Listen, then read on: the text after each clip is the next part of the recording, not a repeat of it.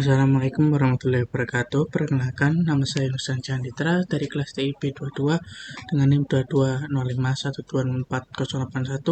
Di sini saya akan menjelaskan mengenai PPT saya, yaitu sejarah internet.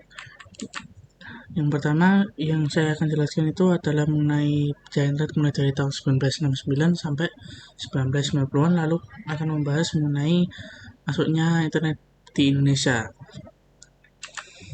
Dan untuk yang pertama pada tahun 1969. Tahun 1969 ini merupakan awal mula internet itu berkembang. Internet itu awalnya berkembang itu hanya untuk keperluan militer Amerika Serikat, yaitu untuk menanggulangi apabila terjadi serangan atau untuk melaporkan sebuah serangan itu secara terpusat. Dan selanjutnya, dari riset dari Amerika ini menghasilkan program yang bernama ARPANET. ARPANET ini pertama kali itu hanya bisa menemukan 4 universitas saja, seperti Universitas di California, terus ada Santa Barbara, ada University of Utah, sama satunya. Dan mulai pada tahun 1910, ARPANET ini sudah dapat mengumpulkan lebih dari 10 komputer. Lalu pada tahun 1972, ARPANET ini sudah mulai dikenal oleh publik. Karena dikenal oleh publik ini, banyak sekali dari universitas di negara ini tertarik untuk program atau riset ini. Hingga akhirnya manajemen dari ARPANET kan tidak bisa menanggulangi, yang menyebabkan harus memecah dua, yaitu ARPANET dan MILNET. ARPANET sendiri itu untuk publik seperti universitas, perusahaan, sedangkan MILNET untuk fokusnya adalah militer.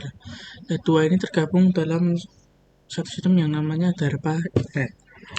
Terus ARPANET ini berdasarkan kan pada 1980 itu sudah masuk di kampus-kampus yang terkenal di Amerika.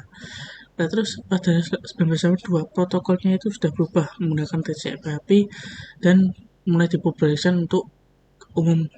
Dan pada tahun 84 sudah ada sistem nama domain yang sudah mulai digunakan, yaitu nama unik yang bisa dimasukkan agar lebih cepat untuk mencarinya. Dan pada tahun 86 NSFNet itu menggantikan peran ARPANET, dikarenakan ARPANET sendiri sudah tidak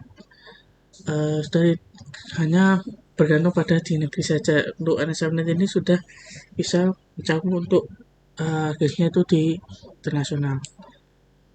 Tentunya bahkan setelah NSFNet menggantikan peran, ARPANET dibubarkan pada tahun 1990 dan internet itu tetap terus berkembang.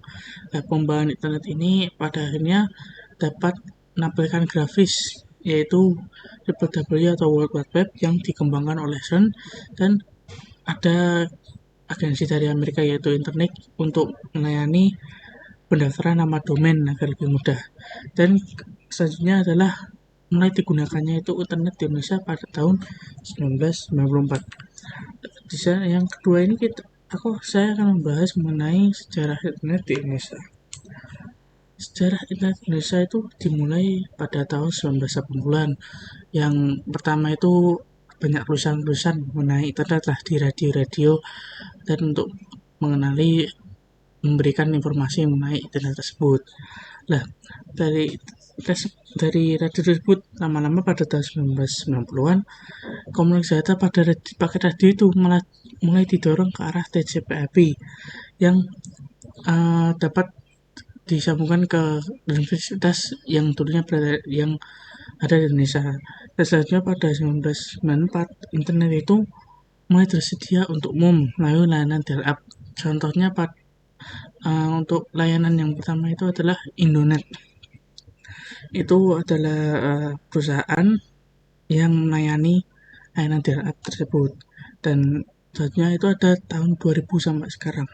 Internet itu sudah mulai berkembang sangatlah cepat, yang mulai dari dulunya mungkin 2G atau sebelum 2G hingga akhirnya menjadi 3G, terus sudah menjadi 4G pada tahun 2012 atau akhirnya hingga menjadi 5G pada tahun 2020 ke atas, seingat saya. Selanjutnya kita akan membahas sedikit mengenai warnet ya.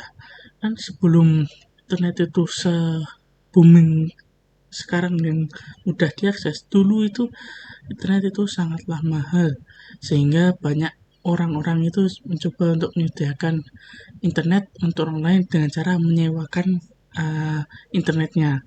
Nah, warnet ini tidak ada yang tahu siapa yang pertama kali menyediakannya, tapi aktifnya itu sekitar pada tahun 1996 sampai 1998. Nah, warnet ini disediakan itu untuk orang-orang yang perlu atau orang-orang yang membutuhkan untuk mencari sesuatu hal. Sebenarnya adalah manfaat internet. Manfaat internet ini sudah dari awal itu paling jelas adalah sarana komunikasi, agar komunikasi itu lebih lancar. Dan selain itu yang paling pasti adalah sumber informasi yang luas. Dan itu jangkauan informasi dan komunikasinya itu sangat tanpa batas dan mudah untuk diakses.